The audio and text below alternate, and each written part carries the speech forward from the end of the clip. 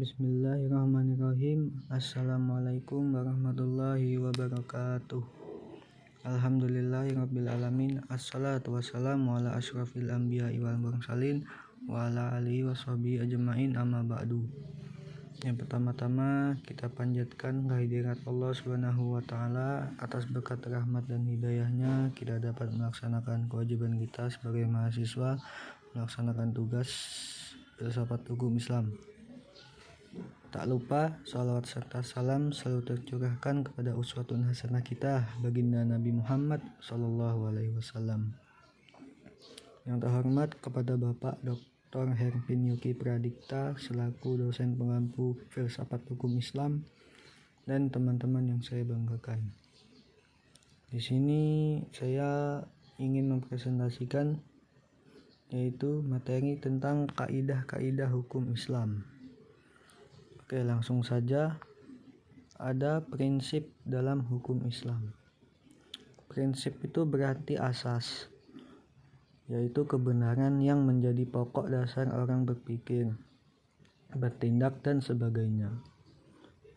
Adapun yang dimaksud dengan prinsip hukum Islam itu adalah cita-cita yang menjadi pokok dan dasar landasan hukum Islam.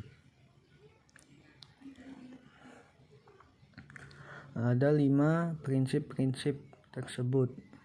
Yang pertama, meniadakan kesempitan dan kesusahan atau kesukaran.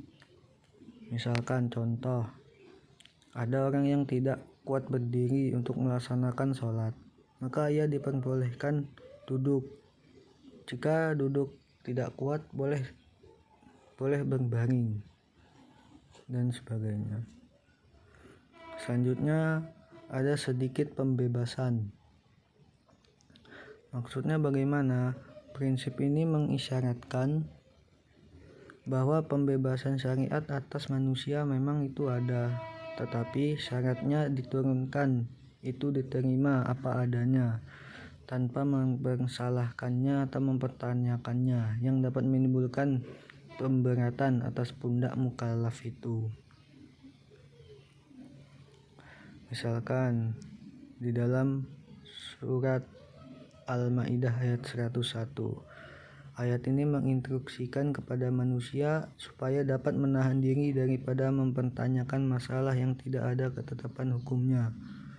Misalnya waktu peraturan perundangan belum diketahui, dan agar permasalahannya untuk sementara dibiarkan dan kemudian permasalahan itu dipecahkan melewati atau melalui kaidah-kaidah umum demi memberikan kelonggaran pada manusia.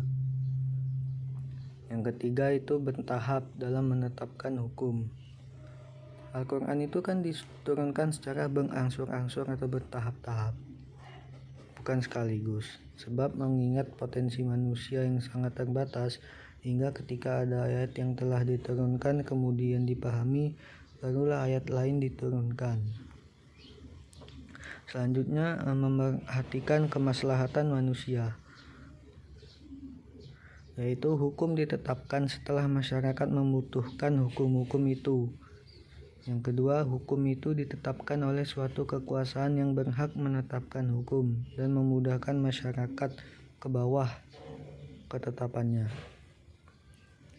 Yang terakhir ada mewujudkan keadilan. Manusia menurut pandangan Islam adalah sama, baik di hadapan Allah maupun di hadapan hukum, tanpa ada melihat kepada tinggi dan rendahnya suatu jabatan seseorang, tua muda, melainkan seoptimal dan semaksimal apa yang telah ia perbuat dengan hukum Allah itu sampai mendapat predikat takwa. Selanjutnya ada kaidah-kaidah dalam hukum Islam. Kaidah secara etimologi itu artinya asas. Adapun menurut As-Suyuti artinya kaidah adalah hukum yang bersifat kulli atau menyeluruh. Ada macam-macam kaidah hukum Islam. Yang pertama kaidah asasiyah. Maksudnya segala sesuatu perbuatan tergantung pada tujuannya. Adapun kebiasaan itu dapat ditetapkan sebagai hukum. Yang kedua ada kaidah ghairu asasiyah. Walaupun kedudukannya bukan sebagai kaidah asasiyah, namun keberadaannya tetap didudukan sebagai kaidah yang penting dalam hukum Islam, karena fuqaha sepakat akan kehujjahan kaidah ini. Oke, selanjutnya ada tujuan-tujuan hukum Islam. Tujuan hukum Islam yang satu ada memelihara agama, memelihara akal, memelihara jiwa, memelihara kehormatan, dan memelihara harta atau kekayaan. Oke, jadi itu demikianlah yang dapat saya sampaikan. Mohon maaf bila ada salah kata, kepada Allah mohon ampun. Wabillahi taufiq wal hidayah. Wassalamualaikum warahmatullahi wabarakatuh.